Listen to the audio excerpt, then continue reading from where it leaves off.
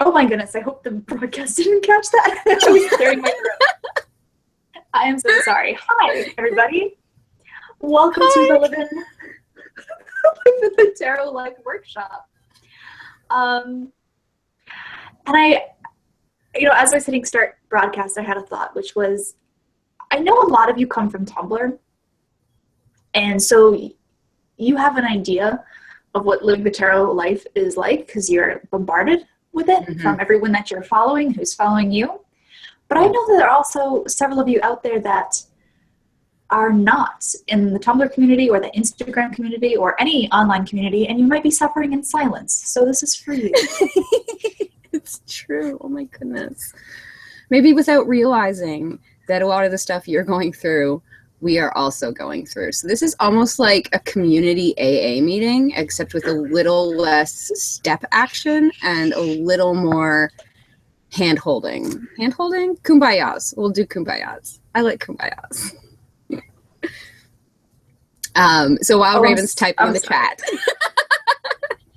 while Raven's typing in the chat to say hi to all of you, I'll do the intro for what our workshop is tonight. Tonight we are living the tarot life. La vie de tarot. This is all the ridiculous crap that we both put ourselves through and put up with in the process of being in love with tarot to an perhaps unhealthy degree, and going through all of these weird misadventures that we get into. I don't think there's like a lot of weird misadventures. It's just we mostly just wanted to bitch and maybe commiserate. Yeah, exactly. We wanted to commiserate. All right. If people are continuing to jump in, I say hi. I'm not going to type it because I have to have my attention here for just 2 seconds, and then I'll be back. But we're going to start off with, well, for me, what has been absolutely the most horrible part of this tarot journey, which is deck storage. Okay, I have so much storage envy for some people that I'll see on Instagram and on Tumblr, that they have like beautiful shelves with all of the Blue Angel decks lined up and all of their tuck boxes lined up. And look, there are all their tarot books right there. And then there's even people who have like Tupperware storage drawers. I'm mad jelly about that too. I've got bad news for you. Okay, Allie. I'm sorry. That you can have a beautiful shelf and you can have lots of boxes, because I have all of those things and I still do not have a viable tarot storage option. I just don't get it. Like, I mean, maybe this is like a problem with my own personal storage issues, because I'm a layer, like I layer books when I'm using a bookshelf. Like there is no like just one front and done. Like there's that whole space at the back. You jam shit in the back and then you stack it on top of it. So like maybe no, that's madness. I've been living in a small space for way too long. So it's just like every possible corner must be filled. Okay, that's true. Right. I'm going to give you all a sort of, thank goodness this place is clean, sort of a tour of actually my Zen room. Because I want you to understand that you could have all the space in the world and not know what to do with your decks. I have rearranged. Hi, Potter. I know I said I wasn't going to say hi to people, but hi, Potter. And Momster's here already. Yes. Okay. I wish I had taken pictures at each step of the way so I could show everyone, like, here's the evolution of a horrible tarot storage system. But so when I started, I had maybe like 5 decks, and now I only have probably like somewhere between 13 and 15. It's not that. I know a lot of people. There are varying degrees of collection. Mm-hmm. So we're going to figure this out. Please don't strangle yourself on your headphones. No, I'm gonna try to move the camera around so you can see. Okay. All right. So I'm so bad with the reversed camera. This here is my desk. See that upper shelf there with all the books right now? Mm-hmm. Oh goodness, you can see me in the mirror. Weird. I cleared that entire shelf off and and had almost every single deck lined up next to each other across, figuring, oh, okay, they're all out in the open. I can see them all. I can reach for them easily. I'm not going to neglect one deck because I can't see it. No, they got dusty. That was not the freaking case. Oh no! They were too pretty, like just standing there. Yeah, and it didn't help at all with like, oh, I'll use them more. No, I used the same ones that I always used, and that didn't help. So now, to protect them from dust, they're layered like 2 or 3 deep down in the little cubby there. Some are still in the boxes because the problem is some have great boxes and some of them don't. So I've got one in a bag. Allie's bag, actually, she made that for me. Isn't it lovely? That's my fairy oracle in there. And then there's the few that have nice tins and boxes. And like there's one up there, you can't see it. It's next to the candle holder. And there are a few in horrible boxes in that tiny little shelf up there. So I've always had this dream that I could take a box like this. And Nick is constantly bringing home boxes for me because he knows that I'm always looking for better tarot storage ideas. V-box. I'm like, oh, okay, great. Yeah, I could like put some scrapbooking paper on this. It's got a nice little magnetic clasp.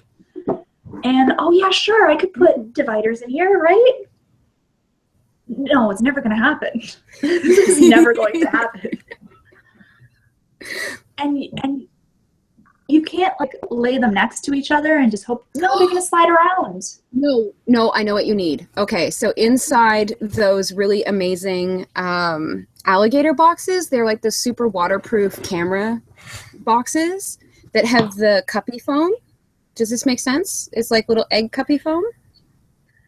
Sort of, yes. Okay, so photographers will cut out little spots for their equipment out of the foam so that it can be stored securely. What if you tried something like that? Like if you used just did little slots for your decks in the foam. Afternoon. That's a really good idea. Because then it would fit securely in that box. You could have just maybe 10 to a box, and then you could have a couple cute boxes that you're just like, oh, look at this box of tarot. And just have a crafternoon cutting up foam. And that's the best box solution I've ever heard. Certainly better than anything that I've come up with, because I've gone through a lot of box iterations. I used to wrap every single deck. And it wasn't okay, but that was super cute. Wrapping. And you would take pictures of those? Those were neatly tucked little hankies, let me tell you. They are, but then it's always associating the color of the handkerchief with the deck, and they're protected. Maybe I should just go back to that, but that's a lot of handkerchiefs, and it's a lot of wrapping. And I don't know, I don't remember where I was going with that, but... Well, while people let us know about their fun deck storage ideas and options, I will let you know about mine, which is ridiculous. I'm not going to show it because the other side of my desk, this part of my desk, is beautiful and you can see the top and it's great because I shoved everything else on that side of the desk. There's like a million bookkeeping things, but I have, actually maybe I can pull it out.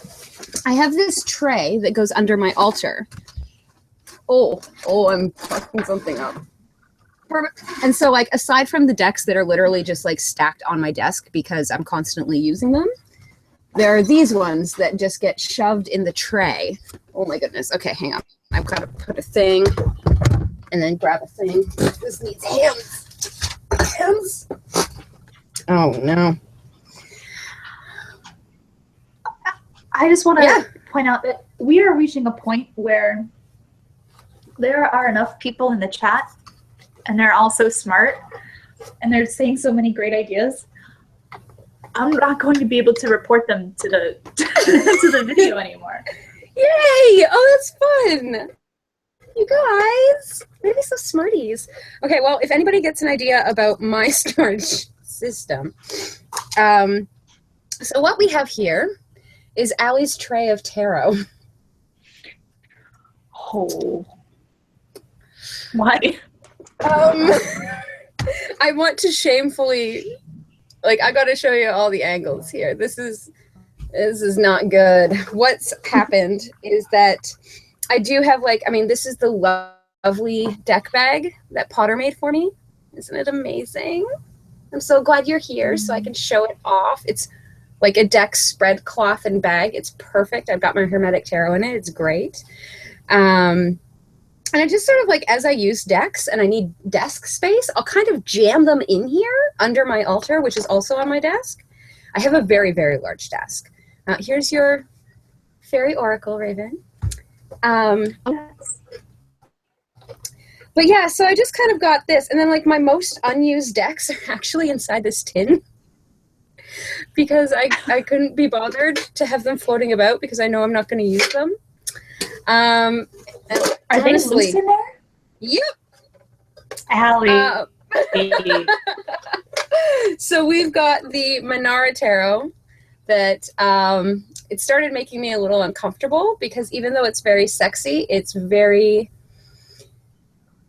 heteronormative, very misogynist at times, and it was making me very squicked working with it, thinking about sex. So it's in the box of shame. And I also have the Sun and Moon Tarot because even though I think it's lovely and adorable, it just, like, is a dick to me. So it's in the box of shame too. There was also a Rider-Waite-Smith in here, but it was the horrible laminate plastic deck, and I think, oh no, it's right here. Nah, the plaid backs. I'm giving it away. So that's my box of shame. My tray of shame. I'm going to put it away now. That's my storage. It's horrendous.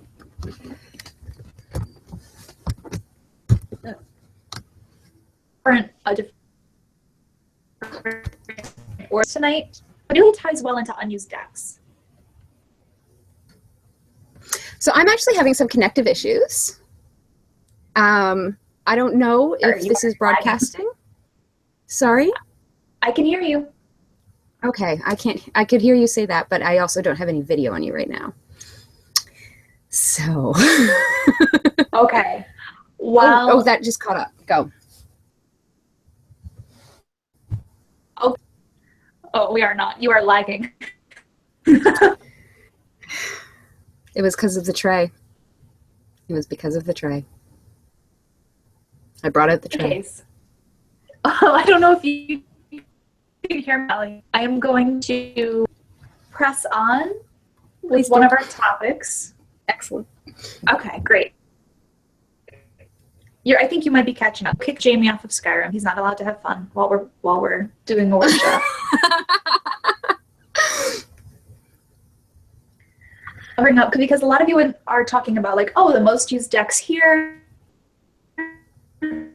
least used deck has the the box of loved, right versus unloved decks. Okay. So, wouldn't it be nice if you used all of your decks? Wouldn't it be nice? Unused or lesser used. And I was thinking about that today because of this workshop. And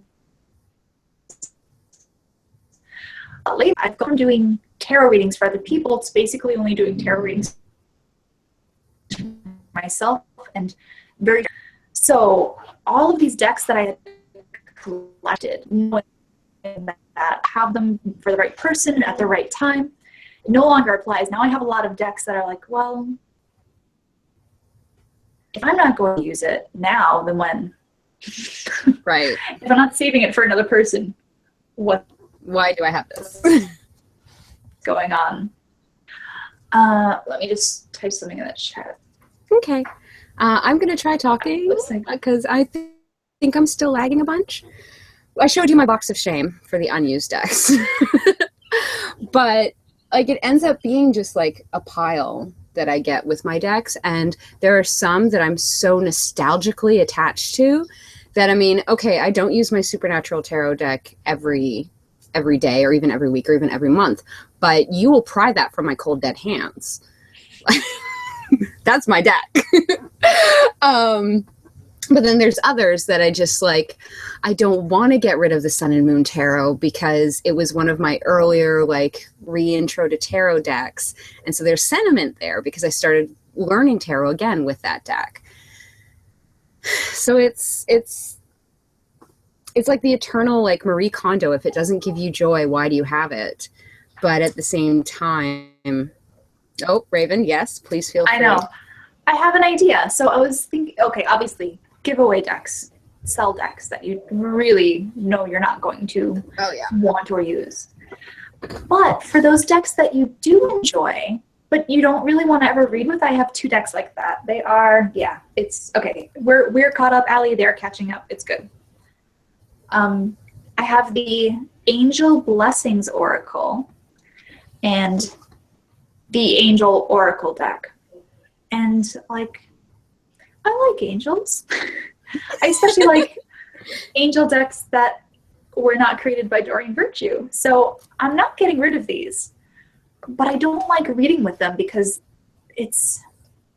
they are unlike an oracle deck or a tarot deck. They're just hope, awakening, beauty, angel names, adoration, gratitude, surrender. I should show you some of these. Faith. Oh, is this our Stop Hitting Myself? That's that. A little bit? That's Daniel and the Angel, isn't it? I think so. Maybe. Stop hitting thyself. I know. Healing. So here's the thing. These kind of don't act like normal tarot cards or oracle cards. So I don't want to read with them. I don't want to like plot out my day or ask about a question. I might draw one of these cards. Yuki. Shush. But what I could do, especially for decks like this, is use them more in a meditative, intention setting sort of way. So like if I'm having a tough day, maybe I'll go through here and decide like what I really need is, judging by, just my reaction to the card, like, okay, you know what I would like today? I'm planning out some new services. So how about let's get a little help from Metatron thought. Right. And I'll take that card and I'll put it right next to whatever I'm working on and let it work for me that way. So think about your unused decks. Would that work for you? I'm curious. So for tarot decks, unused tarot decks, because we could do that theoretically, I think that would work. Because for me, it would be like, okay, I need to really buckle down and do this. Let's bring in some 8 of coins. So that might work. It's interesting because I have a few decks that are carefully placed around the house. So I actually have Nerdy Witchy Mama's Mage's Oracle on my ancestor altar because almost as soon as I started reading this, there was a whole spirit thing that happened with a dead family member. And so it was just like, okay, that goes on that. That's going there. Yuki is really giving her tonight, eh? At least he doesn't have one of the ducks. And I have you think he doesn't? Sorry? I'm sorry. Fortunately, this isn't the duck that still has the voice box in it, but here, play with your duck and stop crying. Continue, Allie. I'm sorry. You guys have no idea about the saga of the duck. I also have the Miracles Now affirmation deck, which I think is perfect because it's an affirmation deck right next to my workspace. So I just keep it right here in my, I've got this little love altar next to my workspace because I find it hard to remember that I'm loved when I'm crunching numbers. So I kind of put it right there. And then I'll have my personal working deck that I keep on my altar itself, my actual altar, my working altar. But yeah, then everything just sort of gets shoved and left around. I don't know. I'm wondering if if there's some way that we could display our unused decks, like the ones that have high sentimental value, but like we're just not going to use anymore. Like I'm actually thinking that I could probably get like a huge poster size frame and fill it with the cards and hang it on the wall. I love that idea. Because yeah, I'm probably never going to read with the Sun and Moon Tarot again, but I can't get rid of it because it was like I was its grasshopper for a little while. So. And what about, you know, for the ones that maybe you don't have that much sentimental value attached to it, but you do enjoy some of the art and you do enjoy some of the cards? What about cutting them up and putting them... Yeah, just enjoying the art. Definitely. You know? And you could use them as like altar art pieces, depending on what, like if you're of the witchy persuasion. And just like nice, cute little framed things around the apartment. I'm looking around just like, where the hell would I put anything? As always looking around my apartment trying to figure out where to put things. This is a constant battle. Anyway. So I'm sorry, we kind of steamrolled in our plan during the tech issues. You have to talk about, this is actually fine, the segue's fine. Decklist control. So stopping ourselves from getting to this point in the first place. I'm so bad at this. All right. Deck list is a real thing. It like we could probably have a whole deck list support group.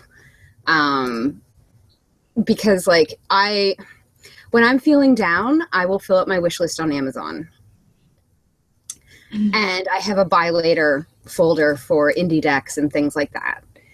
And I'll fill them up when I'm feeling bad, just like, I'm going to get these one day. And then as soon as I feel like I want to buy a deck, like this is my deck buying time, I have scheduled times in the budget when I can buy a deck. And I'll look through my whole list of deck lists and I'll hate each and every one of them in that moment. When I can actually have them, I hate all of them. I don't even know what that is. I'm sure there's like some kind of thing there. I feel like I've read something about that. Just in like consumer behaviors and patterns. It's totally like I am the Valley girl. I am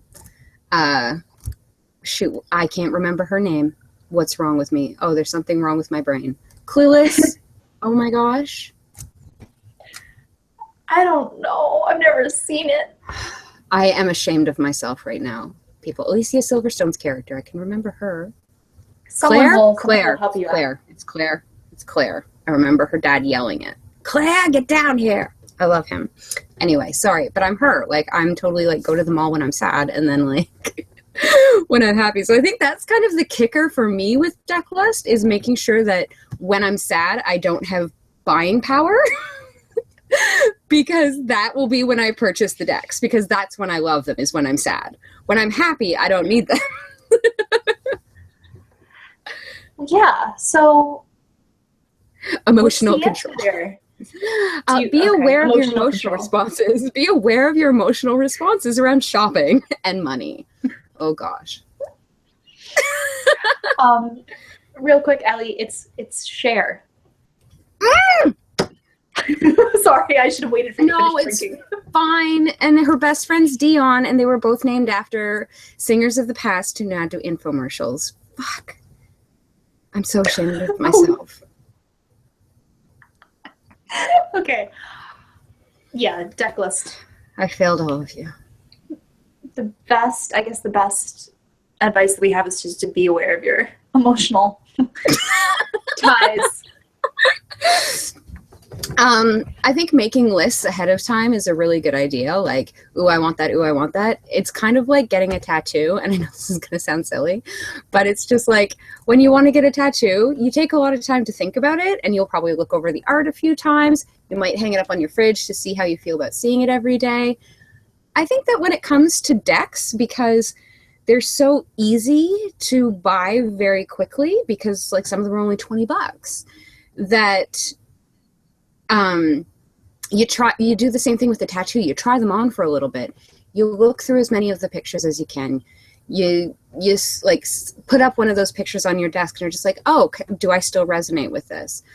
And like see it from different moments in time, because Like, it's really easy to get super caught up in, it's just like, I need this Celtic Tarot right now because it's got this one really great card and I gotta have it. And then you get it and you realize it's full of, like, woodsmen in kilts, and you're just incredibly uncomfortable the entire time. Watch. Oh. Go ahead.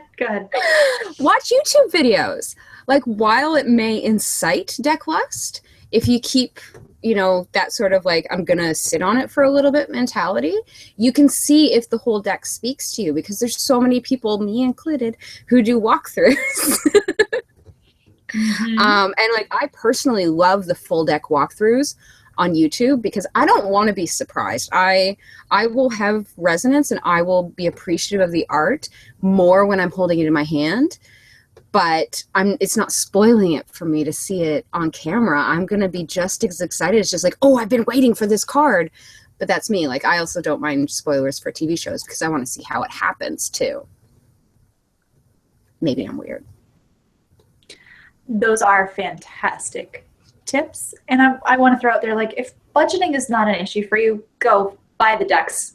Do them. Please do it for all of us. Just do it. All of us. But if budgeting is a concern, then those, you know, all of those tips that Ali listed, because she deals with this more than I do, I think. I like things. I like things. I do want too. Things I haven't bought a deck in a very long time. I can't justify it anymore. I can't justify it. And see, that's what's different, is that it's very easy for me to justify things. Treat Yourself was like an error on the part of the universe for showing me. I never should have watched Parks and Recs. I think that's good for deck list control. Should we talk about... What else do we have? Oh my god, my eyes are so bad. I'm holding up the list. Oh god, overdrawing. This one, I think, yeah, goes super, super well with a couple other topics. All right, who here, raise your hands, have drawn cards for what you're planning to order on takeout? Me. Yes. Who here, raised their hands, has drawn cards on what shoes you're gonna wear? Yeah, me. What shoes to buy? Okay, to buy. That's, yeah. Who here, raised their hands, has used tarot to help figure out the budget for the month? Whether buying something would be fulfilling or not. It's still part of budgeting. It's still part of budgeting. Who here, raised their hands, has pulled tarot to see if they actually need to go to the emergency room? I'm basically there. Right? These are all insane. These are all insane. Like, speaking as someone who is, like, neurodivergent, that's batshit. We should not be drawing on this shit. I love us. I love us so much, but it's just, that's overdrawing. That's overdrawing. Hold on. Question. Do you find, though, that there are, like, there's a week or a week and a half in your life where it's like, okay, I need to draw a card for every single thing, and then a week or more, or make this a day or month, where you don't even have to read on big things. Anything. You just exist. Yeah. It's definitely in phases, but I think when it goes on for a bit longer than a week, we have walked into overdraw territory. I think there definitely is, like, a landmass that is known as overdraw in the tarot community's map. And it's really easy to traipse on over there if, like, for me, my decks are constantly around me because I primarily work from home. So it's so easy that it's just like, I don't want to call this guy. And it's a form of procrastination for me sometimes, that it's just like, how's this phone call going to go? Like, what do I need to pump myself up for to try and get through this? Because I have a hard time calling people sometimes. And this will be for, like, calling a neurologist. Just like, all right, tarot, what do you got? Like, no, just call the brain doctor. Just call him. I've done it for emails. I'm very guilty of, like, if I have to confront someone about something in an email, it's always like, I need help. I don't want to do this in the first place. That's a pretty good reason, though, because I think it helps us be more compassionate sometimes if we have some kind of like guiding star. And a lot of times just basic logic doesn't work for that when it comes to like confrontations, right?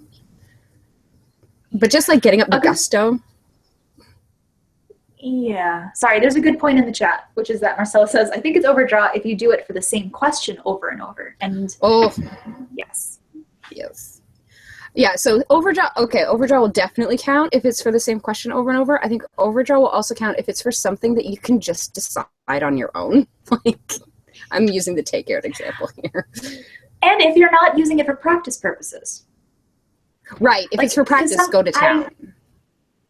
I really encourage drawing on weird little mundane things if you're looking for practice, if you're looking to test a deck on a certain subject or just see what happens if you're just curious. But I mean, Allie, if someone is like really experiencing anxiety over which restaurant to go to and it helps them to draw a card, be like, I'm wondering now. Yeah, I guess. It's just, there are some things that when it's constant, when it's all the time, that you need it all the time to make your decisions, that it moves into sort of a disordered action, that we're relying on the tarot to make the decisions for us, when it's just like, you could in fact go with your gut instincts. It's like, well, thinking about going to the Italian place makes me feel kind of icky, but I feel okay about the seafood place, so let's go there. Which, you know, who'd have thought seafood would be the one that would make you feel not bad? But I mean, oh my goodness. Okay, no, that's a good point. There's a certain level where, I mean, you have other tools. Yes. Yeah. And so I think those are overdraw cases, but definitely asking the same question over and over, that's an error. Don't do that, because the cards get bitchy. They get so bitchy. And you usually almost, I mean, from personal experience, you almost never get to the answer that you want or hope for. No. Oh, hello, Skips. Skipper. We don't have bingo this time. You don't count as a bingo space. And you had Yuki interrupt as well. Oh my goodness. I did.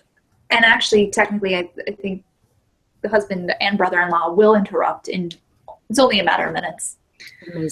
Amazing. We should have bingo for every time. Anyway. Oh, okay. I'm not going to say a name, but this came up in the chat because this is fascinating. Amazing. And this is why I'm not going to say a name. I know a person who filed for divorce because her husband couldn't do anything without asking tarot. You know what? Ooh. That's valid. That's valid, though, because it's just like, if you're trying to have a conversation with somebody where you're trying to understand what they think about, especially if that's your partner, like you're dedicated, like, dude, we're in this forever. It's going to be really expensive for us not to be in this forever. And instead of telling you what, sorry? I'm thinking of every time I've sat at my desk, like, drawing cards for something, and Nick's been like, what are you doing? Okay, so, like, I think there's a difference between Nick being like, what are you doing? And someone being like, hey, let's have a conversation about our finances. And then being like, let's see what the cards say. You know, like. Okay, good point. Nick wasn't trying to engage with you. I'm imagining in my head that this partner who filed for divorce was probably trying to engage and was getting instead the defensive block of tarot cards. That's my imagination. And I think that's fair. That would make much more sense than, you know, I mean, every now and then. He's not going to divorce you because you read tarot a lot. He actually is curious and wants to know what you're doing. He likes you. Yeah. Okay. Anyway, was there more you wanted to add to overdrawing? No, I wanted to point out that that's a trap that we fall into. Like, it's totally a thing, and I think that segues really nicely into the joyous world of challenges and Instagram. Okay, I want to say my piece on this. Say it. When I was first learning tarot, and when I was kind of like learning how to work with each deck, the challenges were invaluable. I loved them. Oh man, yeah. They gave me incredible anxiety about missing a day or being late or trying to catch up, and that was bad. But in the right moment where you want to explore something, either something in yourself or something in the cards. I think they're fantastic. I'm at a point where I haven't done a challenge. I don't even do our own challenges most of the time. No, we're in months. And it's not that I don't have anything more to learn or explore about myself. It's just I just want to give people permission who are feeling like, oh, I should do that challenge. It would be good. No, I'm so happy that I stopped doing challenges. If they also too put a mental, spiritual strain on you, don't do them. Or do if you see someone do one day of one that you like, then go do it. You don't have to share it. You don't have to take a pretty picture. Enjoy your tarot. It's for you. I really enjoyed the community interaction that would happen with challenges and getting to know new people through the challenges. And so I think I was able to keep up with them for a bit. It's just I have the attention span of a peanut. So I'll be really into it and then realize 4 days later that I haven't posted anything in 3. And that would freak me out. That would upset me because I feel like I'd let people down that I hadn't finished their challenge. So I guess it's just different kinds of where we set ourselves up when it comes to things like a commitment of doing a challenge. Is it a commitment to you, which it was to me, to do it for the whole time? And if you fail, and I'm doing the air quotes because failure means a lot of different things to a lot of different people, is it going to negatively impact you? So that's why challenges I've let them drift away. I wish I could do them because there are some that are really amazing. There's some really beautiful ones. I think the last one I did was a shadow work challenge last October. Yeah, I think that was the last one I did too. It was amazing. It was so, it was beautiful. I loved how well laid out it was. But I've just, I kept seeing more and more like that. And it was I can't go this in depth every month. I can't pull myself out like this with even just one card publicly every month, every day. It was I need to know, and I just haven't gone back. And I love seeing everybody else's, and I'm oh, what challenge is that? And so I've made these friends through the challenges. And I'll see them be day 26. I'm what did you do? No, show me. And then I'll go through this rabbit hole, and they'll probably think I'm super weird because I'll start liking stuff from 26 days ago. I don't care. I'm that person. So something's coming up in the chat that I want to reiterate. Spooky Spoon.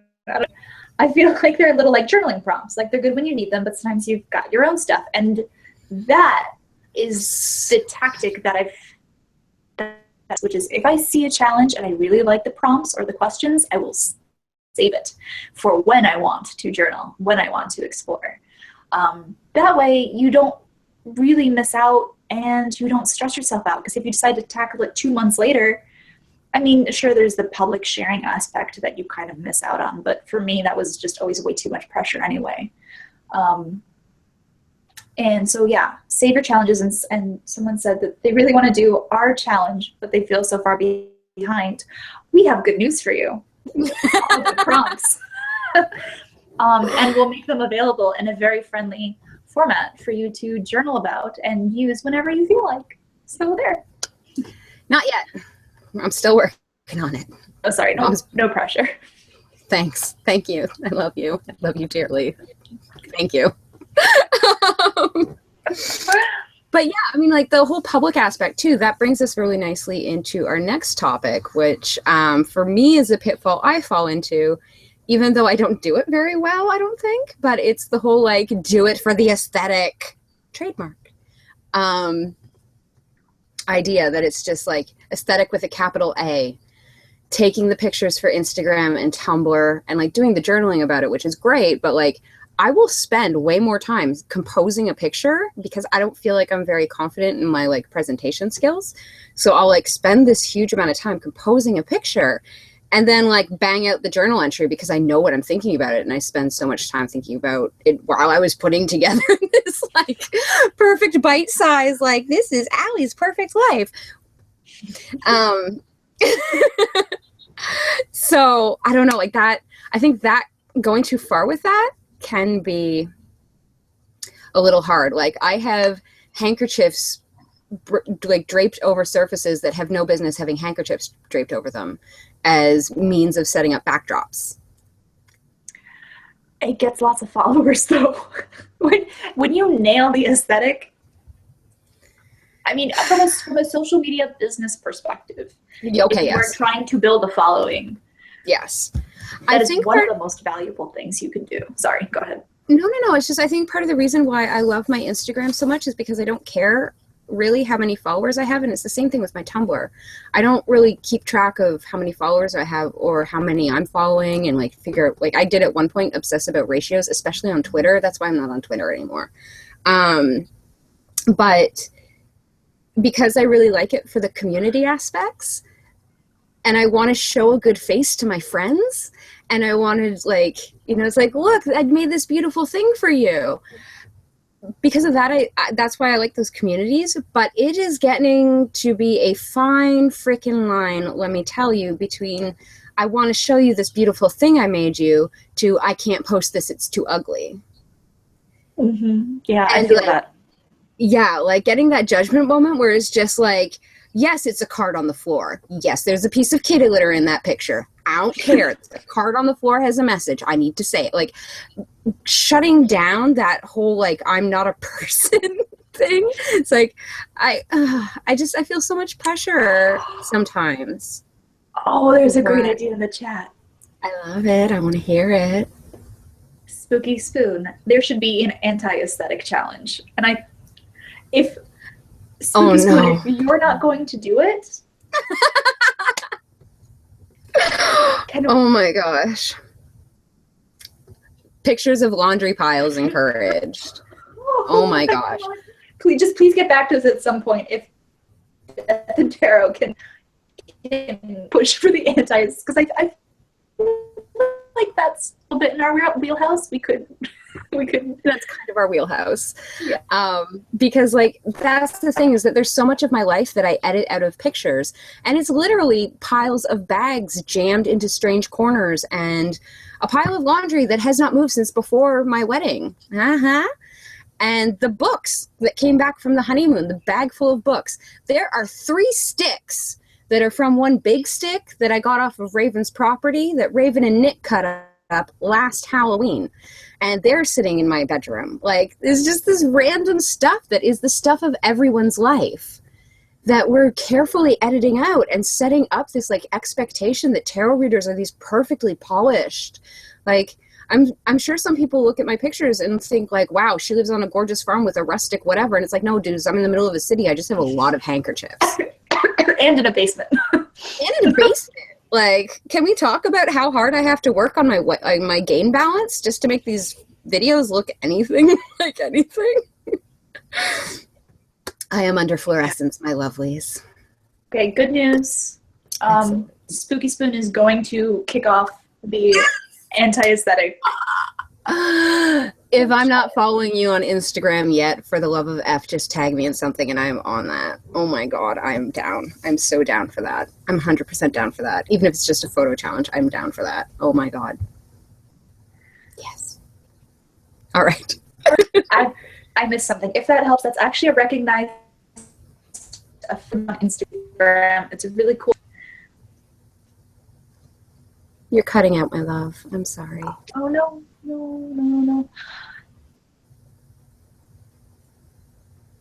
Shoot.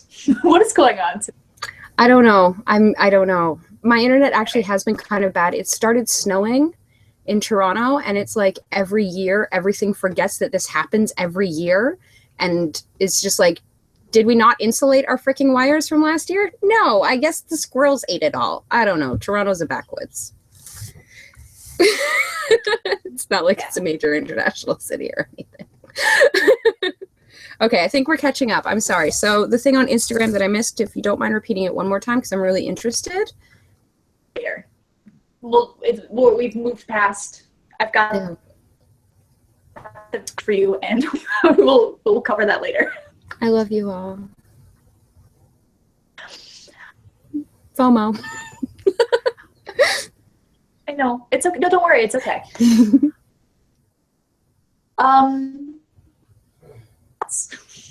And friends? Pets and friends?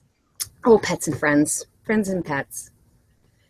Let's start with friends, because this is fun. Okay. Drawing friends into, like, you had said the fold, and for some reason it made me think of the shuffle, like drawing them into the tarot world with wide open arms. That's cute. Yeah, right? Or arms.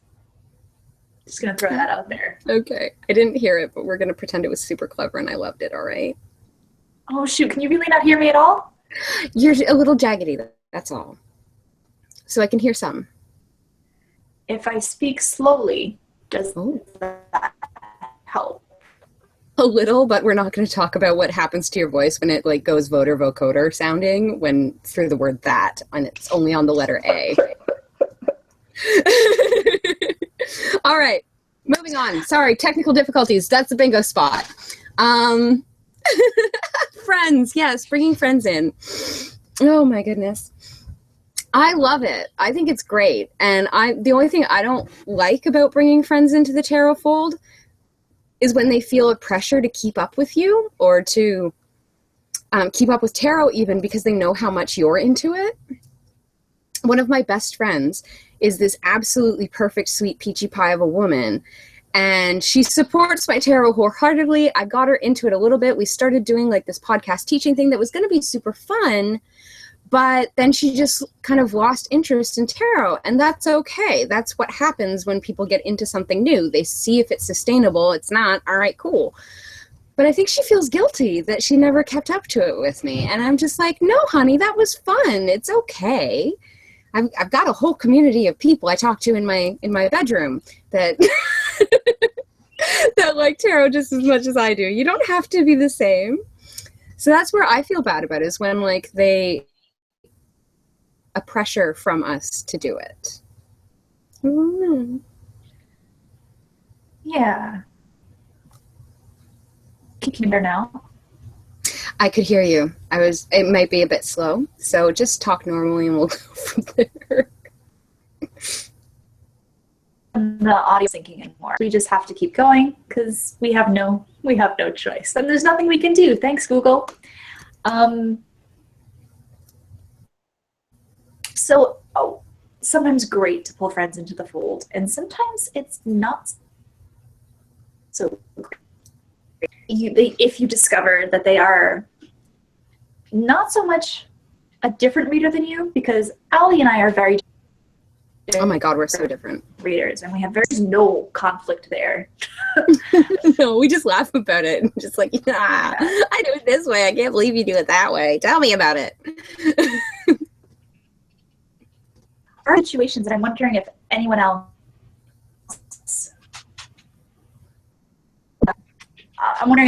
has had this experience where they've introduced, kind of taught them the basics of it, and then you've seen them run off with it, and the way that they run off with it is kind of scary. Like, maybe they start reading for other people and it's not completely ethical, and you see where I'm going with this, because it's just not nice stuff. But I wonder if anyone else has been the spark for some rails in a... You've been Obi-Wan. Oh my god, I was Obi-Wan. Okay, good, I'm not the only one. Scary direction friends, or friends who wanted, someone pointed out, friends who wanted to get involved and got upset. Tarot is not like another hobby. It's really knitting or crochet, and that's not to devalue knitting and crochet. It's just people pick it up in a way that is wholly different from other hobbies. Although it's handy to have knitting and crochet as your skills in tarot, because then you can make deck bags. Very good point. But yeah, like that's yeah. I don't think a lot of people get into arguments about banking stocks. I'm sure that there's someone from the knitting fandom who will come at me with some knitting needles to tell me how wrong I am, because there's always someone. But like, it does turn into a lifestyle at a certain point. And I think, like, I literally do walk around with a pin that has tarot cards on it, so that practically reads, "Ask me about tarot." And it is my main topic of conversation in most situations because it's what I'm really all about. What do you do in your spare time? Is that like total icebreaker? It's like, well, I read tarot, and it's not my spare time, it's my life. Yeah. So So the ideal thing is you have friends who are like, hey, could you teach me tarot? And then you have like a life, and it's amazing, and they love it, and you guys share decks, and it's cool. Sometimes it's actually not that bad when you introduce someone else to it, and then they give you all their decks, which is what happened with my husband, Brian Froud's Fairy Oracle. And I highly recommend introducing as many people to tarot rejects when they decide they don't want to do it anymore. Right? Oh my goodness.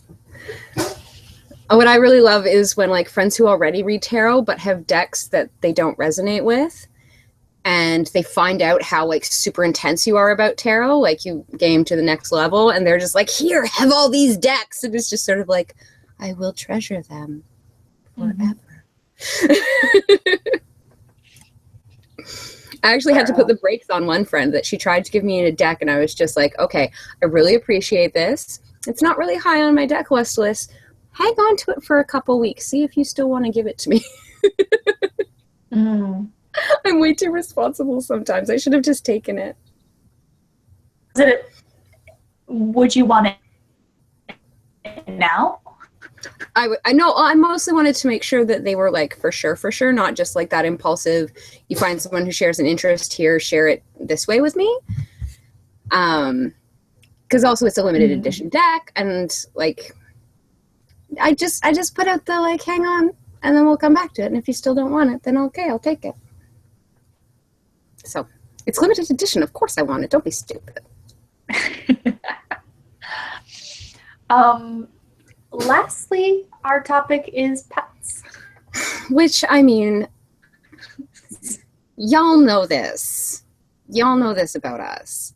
Most of my Instagram pictures are pictures of Tinka sitting on or near my tarot. I think like half.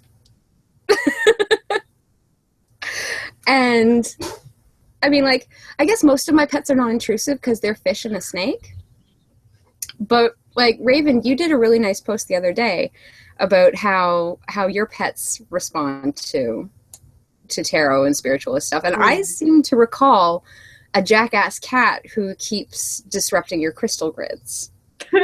Yeah, crystal grids. He drooled on my Shadowscape. He was next to my cards, and he started to rub on them. And then I picked up one of the cards, and it was covered in cat spit.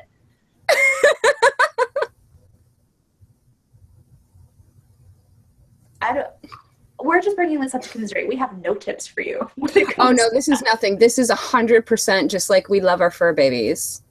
We love our fur babies. There's no way I'm going to stop my fur baby from messing up my stuff. I'm going to take a picture of it and I'm going to post it on Instagram. Sometimes I will repose her if she moves from the super cute position she was in when she had like a card in her hand. I'm not crazy. I'm sorry. But like there have been there are other cats that like I have friends who's like, there's this one cat who doesn't have an eye. His name's Slayer. And it's only one eye he's missing. I think of him as Odin. He's Odin who likes belly scrubs. And like he's totally just like will bat off cards, and like his owner will read those cards. And then there was one place I did a house call for some tarot readings, and I didn't realize how full of cats it was when I showed up. And then like as the reading progressed, I like accumulated more cats. And it started off just with these two Siamese cats who are really mouthy, and they just like sat there and were super mouthy next to me. And I was just like plowing through my reading, talking about this. Meow, meow, meow, meow. That was awesome. And then like this old geezer of a kitten, like apparently she was 21 years old, just like slowly climbs up in my lap and sat there and then slowly climbed up onto the table, slowly put her head down on the tarot deck I was reading with and fell asleep.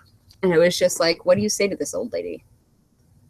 Move? Nothing. You do not. You very slowly pull cards out from under her face and you try not to wake her up. You switch to another deck.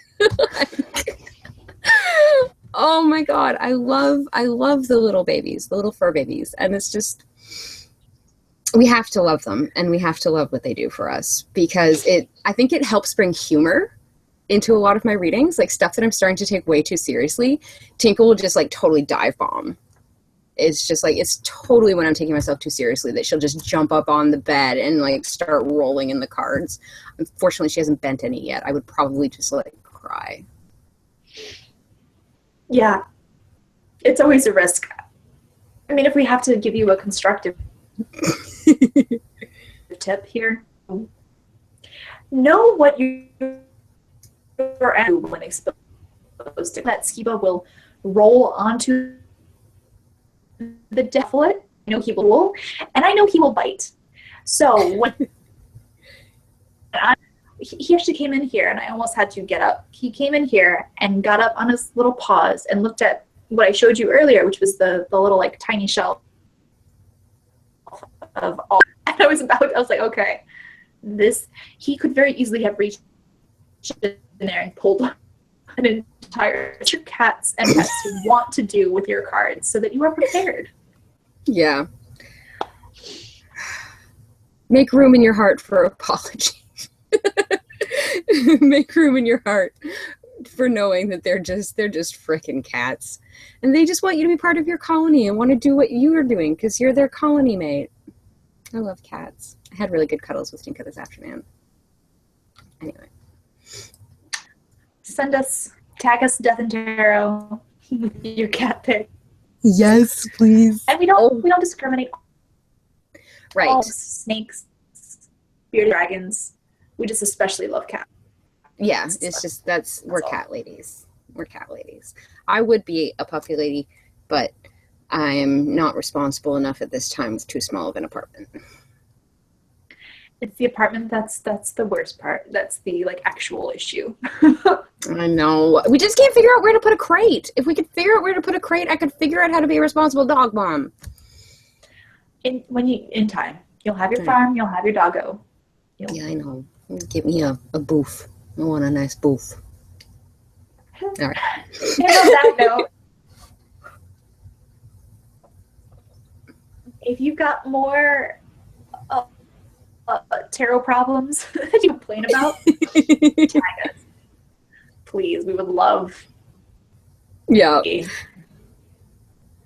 everything. Cats, anti-aesthetic, your deck storage, your unused decks, your deck shame corners, your deck lists. Yes. Maybe we can find some people who have unused decks in deck shame corners that have them on other somebody else's deck list. Like, we don't know. Maybe. Go use our